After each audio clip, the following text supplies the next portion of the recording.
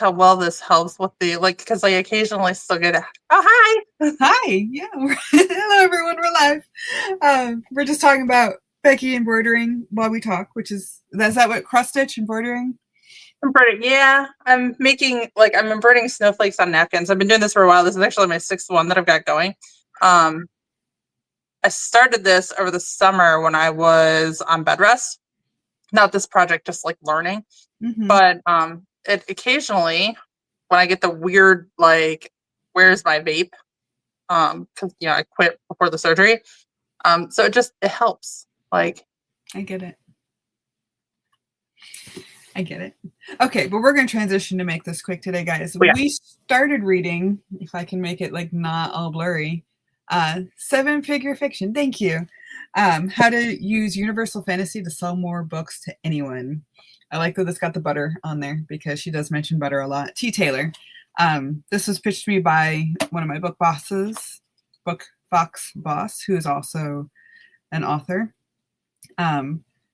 I kind of wanted to break this down a little bit in like the part 1 chunk first that we could talk about, because I am wondering your reactions to part 1, because for me as a longtime writer, it doesn't really tell me, it doesn't do a lot for me because it's not for me, as I'm not her audience in the first part. Except for her explaining kind of what universal fantasy is. But she's like, if you're this kind of writer, I'm like, I know what kind of writer I am. So I think for me, like the only sort of like aha moment that I had was, I mean, it was kind of nice because like a lot of it was sort of like a refresher on things that, like, a lot of it was stuff that I had come across before or that made a lot of sense, but I hadn't really like consciously put any thought into recently. mm-hmm. But the big aha for me was that, like, sorry, don't know what happened there. You and I have talked a lot about tropes and their place in writing and storytelling, their place in marketing, and how squidgy that makes us feel sometimes, and why. Mm-hmm. And, she touches on the difference between tropes and universal fantasy. Mm-hmm. And so what really kind of got me was where she started talking about how with universal fantasy, it's not so much this is enemies to lovers, but more the emotional baggage that comes from an enemies to lovers situation and why that appeals to a broader base. Like, if you nail that and not just in the story, but how you explain it when you're marketing. Mm-hmm. So instead of just saying, hey, this is an enemies to lovers, if you're able to describe that, X character goes from, feeling this sort of way to that sort of way to this new sort of way about Y character because of A, B, and C. Well, now you've got an emotional impact that either readers in some sort of way personally relate to, or maybe want to relate to, or fantasize about relating to. And so that was kind of the, my light bulb. So it wasn't like it wasn't like, Save the Cat was a lot of light bulbs for me. This one was not a lot of big revelations for me, but that one was kind of eye-opening in that particular regard. To be fair, we haven't gotten through the majority of the book yet either. So right, this is like the part 1 stuff. But there was something in part 1, and I do have a couple tabs for it. But I really liked how she described like Juliet's her child as the example, which is why she's got the butter on the front. Like, have you ever watched her cooking show? I have never watched her cooking show, but I did watch that movie where the woman did all the Julia Child recipes. How much butter there was. And how she always adds butter. And of course, if you add more butter, the better it's going to taste. That's why her recipes taste so good. And so like the universal fantasy is the butter. And I just really liked it. The ingredient that makes you, because you love to cook and bake with butter. I love butter. I had to give up butter too from my heart. And that's just like, I forget how much I love, like the holidays. I forgot how much I loved butter. And then I made everything with butter over the last week. And so I'm just like, I miss it, but I also don't feel great. So there's a thing with that. But it's just, the universal fantasy is the butter, it's the gold, it's the ice cream, it's what's gonna attract your readers. And then it's right before they transition into what you're talking about, which is, you know, universal fantasy is not a trope. And I think that's the part that I marked. You know, the secret baby, enemies to lovers, what else did she have? Road trip, buddy adventure, fish out of water, etc. And she goes, you know, the list goes on and on.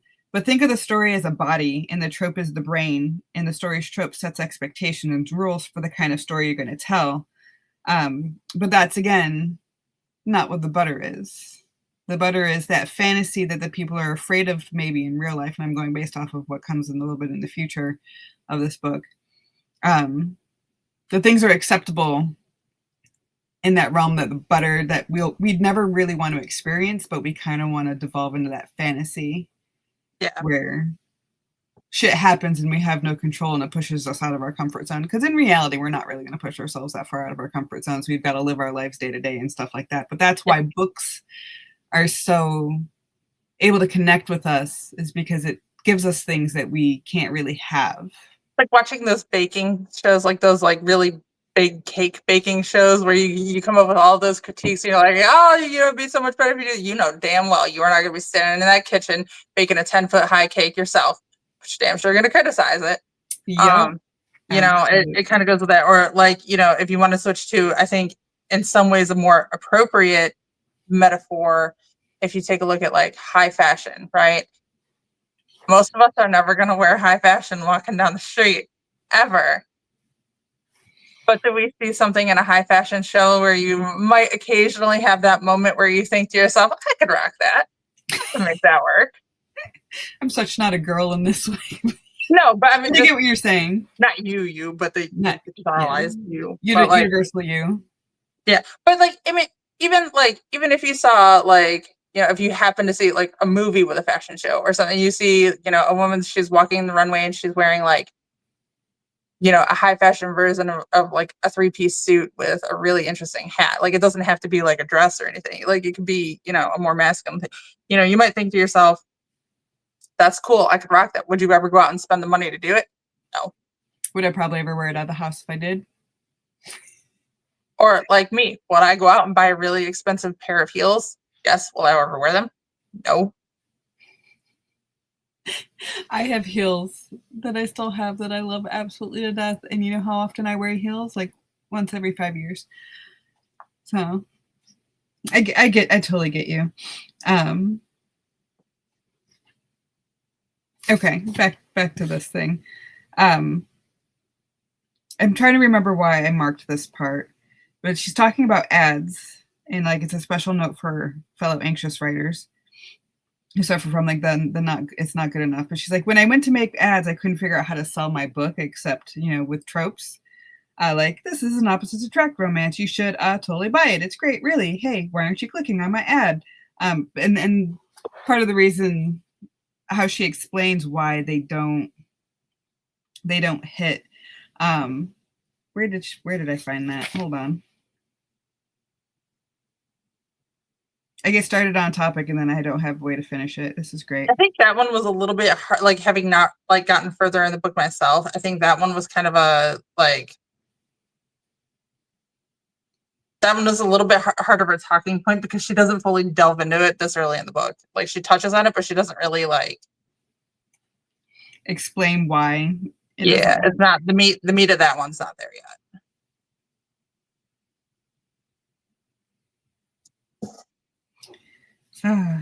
Okay. I really screwed up the sleeve. Oh wow.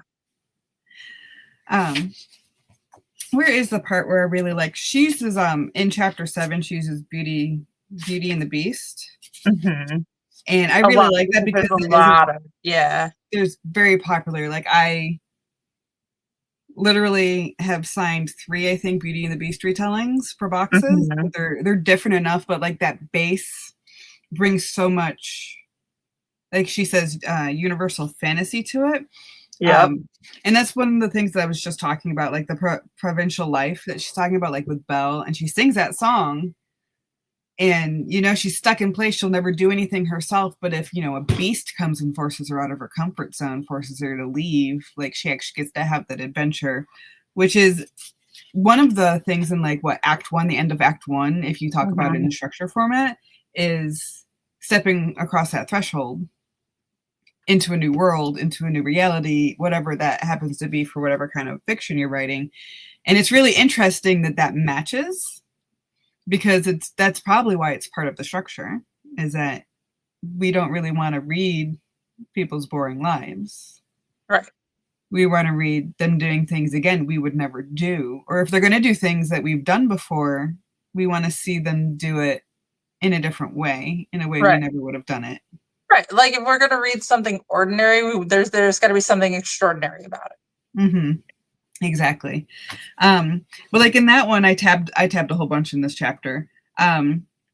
Because this is a real conversation that a lot of, especially romance writers and like fantasy, dark romance, all of those things talk about, is that people complain a lot about how much kidnapping and imprisonment there is in romance.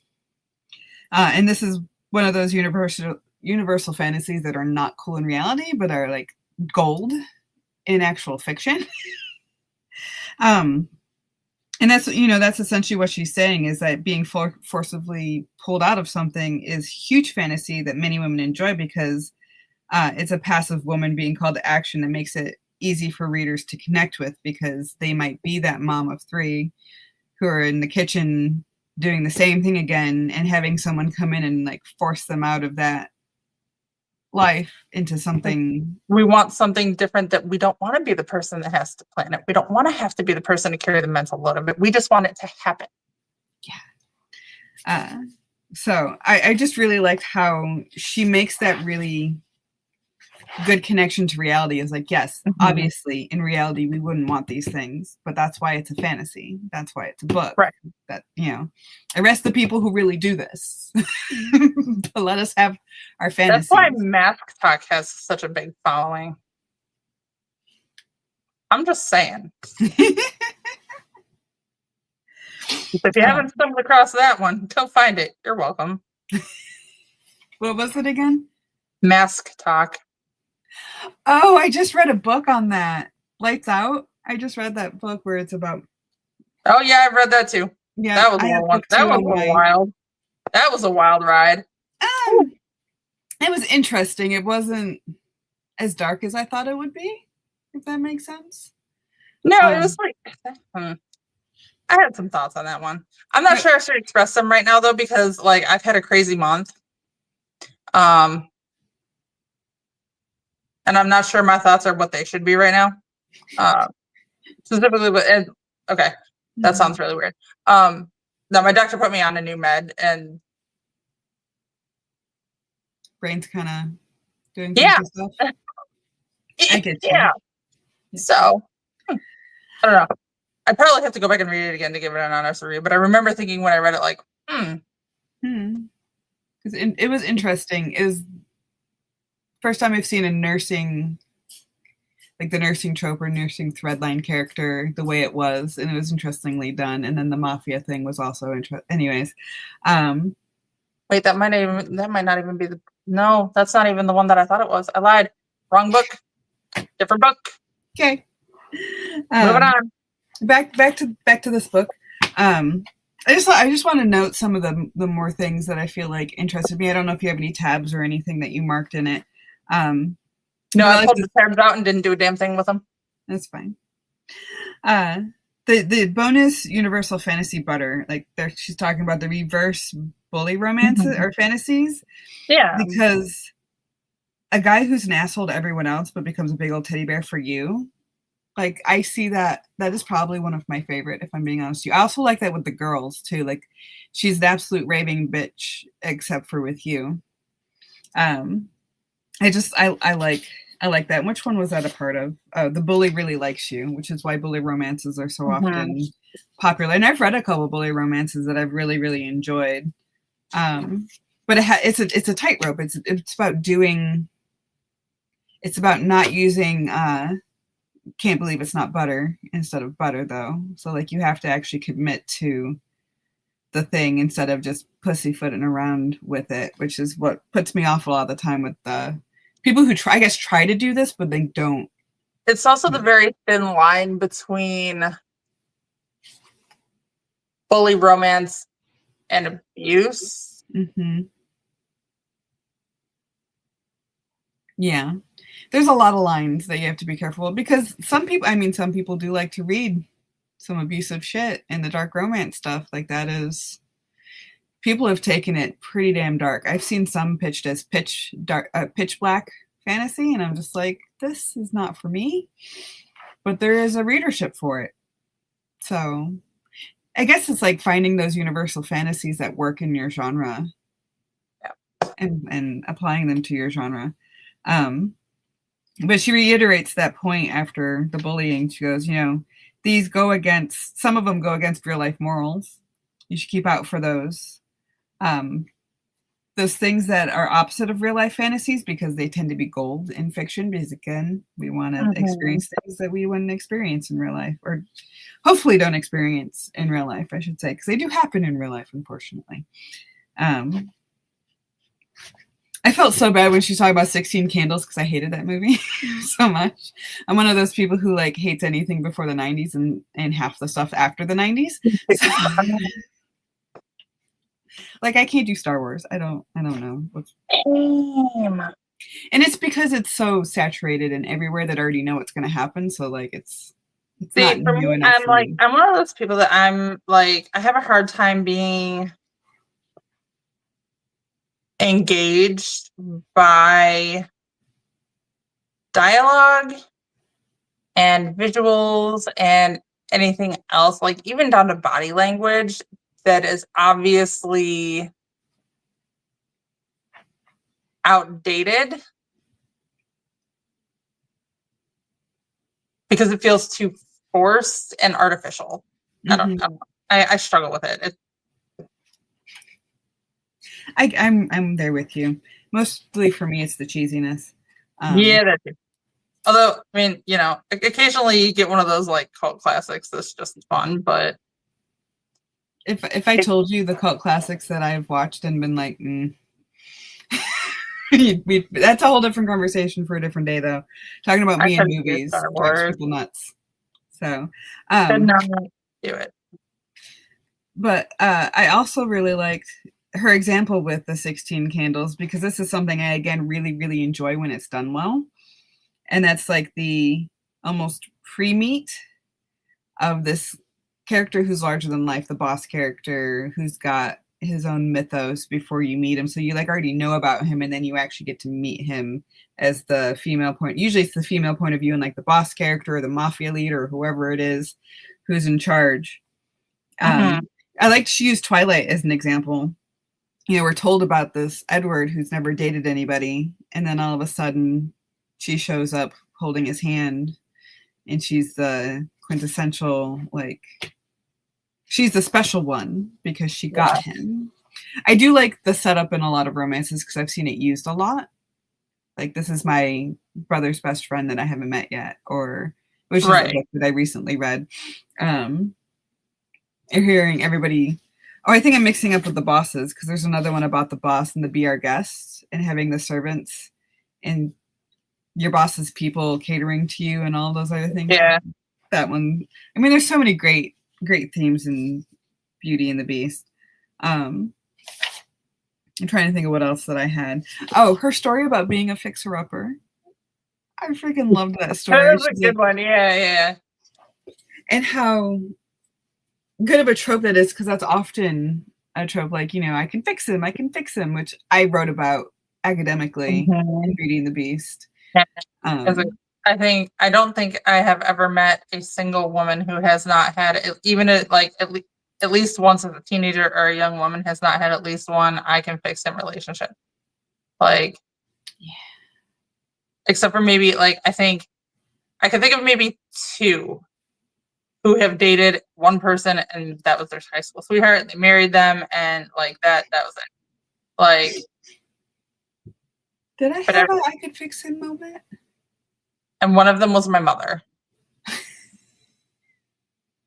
As far as I know, every other woman in my life has had some sort of I can fix him.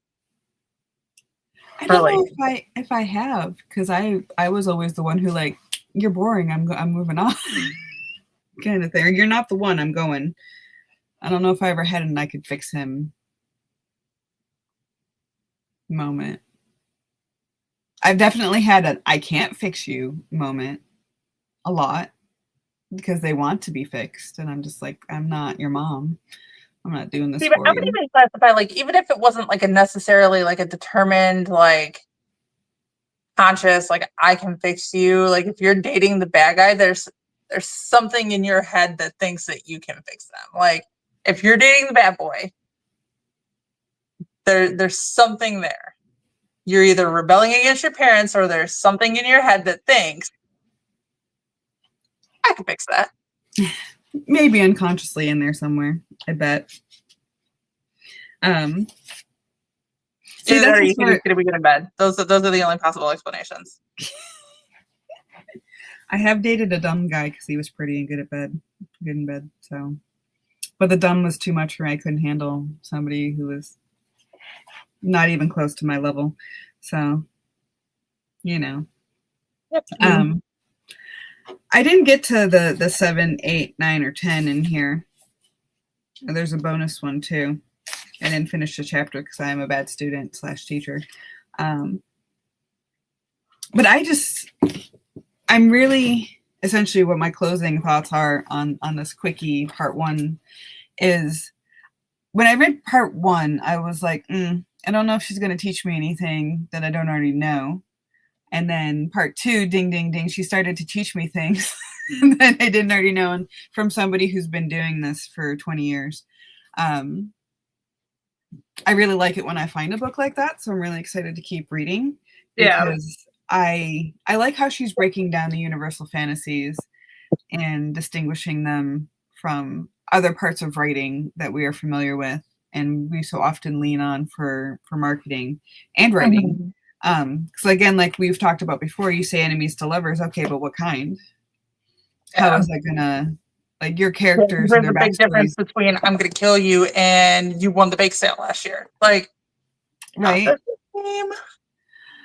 And is that enemy going to be your fixer-upper, or are they going to be the big boss man? Or, there's just a lot of other things that are more important, I guess, than the enemies to lovers. If you set up what she's calling the universal fantasy, if you set that up well, you don't need to tell them about the other stuff like you were talking about. It's going to be evident that those tropes are there.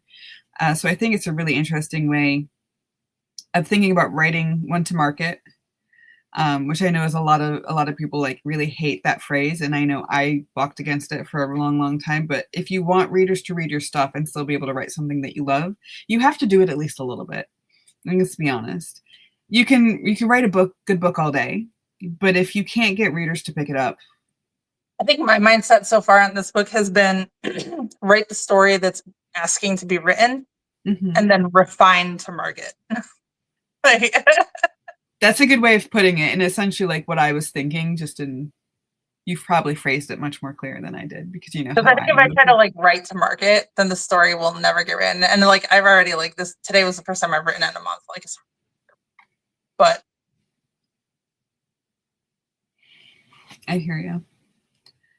But keeping the market in mind while you're writing or rewriting, redrafting, and I think it's an important distinction to say writing or redrafting, because I am a writer who pretty much writes my book in one go and does very minimal editing afterwards. And I know you're a writer who's going to be doing multiple drafts, which, to be fair, my first book, I did write it 5 times before I was happy with it. And I figured out how I write. So like I was there at one point.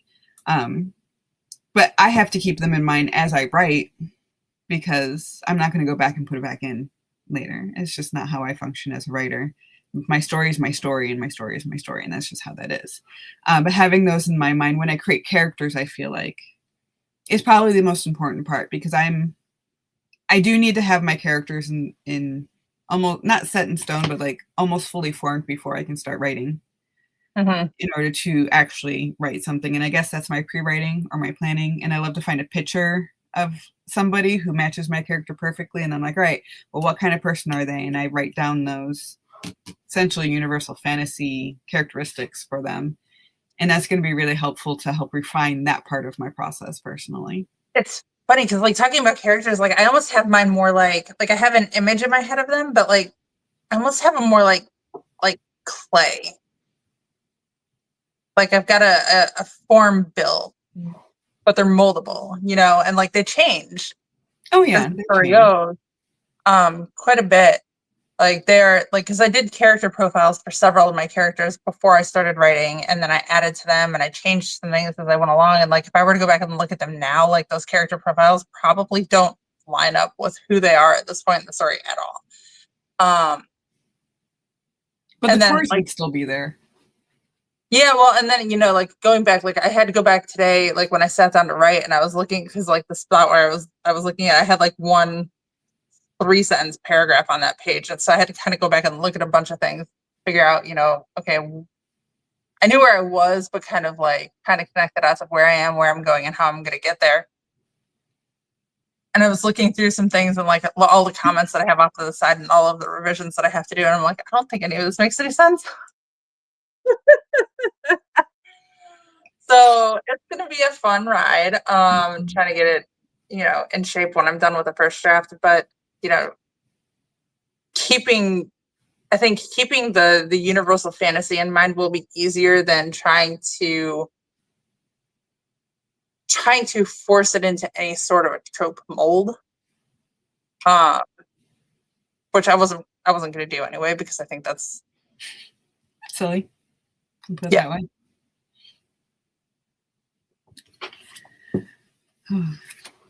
I feel like good notes and a good start.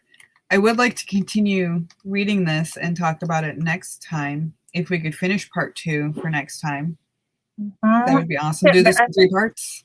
You're about at the same spot that I'm at. And part 2, we've got like another 50 pages or so. Yeah, 40, 50 pages left. So that's not bad. And I feel like she's going to have a lot of good stuff in here because she's talking about what all these universal fantasies are. So she's giving us the bulk. She's not giving us vague.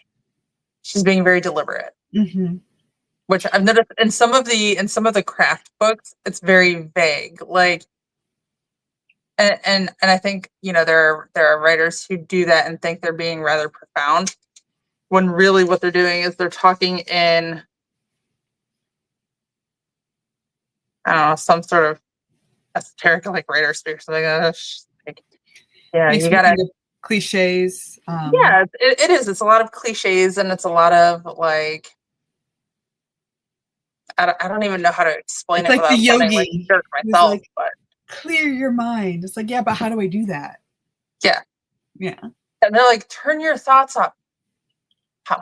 I have an inner narrator. That doesn't work. She's mean. She doesn't shut up. She bullies me. Unless you feed her chocolate, she's not going away. Yeah, but even then, she doesn't leave. Right. She just puts her feet up and stares at you menacingly. Right.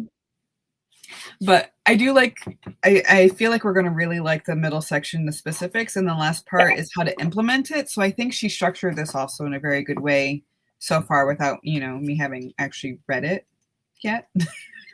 I know there's a part 4 in here. I'm trying to see what the part 4 is. No, I lied. There's not a part 4. There's just references at the back, which is good. So we will finish part 2 next week, Wednesday, 7:15. Have probably another quick discussion like this. I feel like at the end afterwards is after we're done reading it and we actually like have full notes and we've read the whole thing, would be really fun to do. We read this so you didn't have to. Kind of commentary. So we might make that part 3. We might make that part 4. We'll see. But I would also really, really love to do an activity together where we try to either generate a new story based on these things or see how we can implement some of the things that we've learned into something that we're working on and see how well that works. I know being in the I want to say you're nearly done with your first draft because you're so far into it. And me maybe starting something new.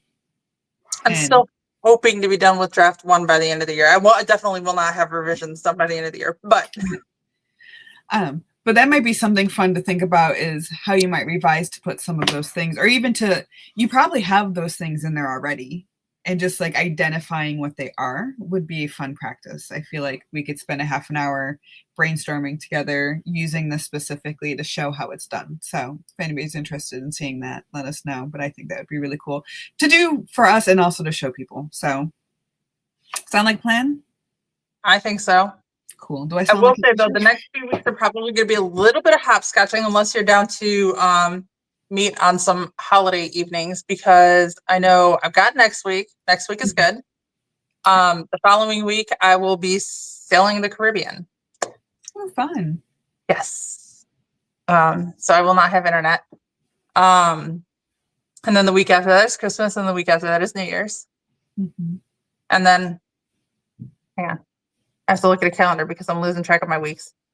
Where is the calendar? I'm looking at the calendar, 24th and the 31st. Yep. Right. And then the week after that, I can do the live, but I will be living from Florida because I am going to spend a week hunting shark teeth in Florida. Fun times. Yay! But we'll definitely be here next week, and then we can figure out our plans from there. Okay. You stick around, but everybody else, thank you for showing up. We made this really fast. Hopefully we can do that again next time. And if you haven't picked it up, pick it up, read it with us. It would be some fun. All right. Bye, y'all. Bye.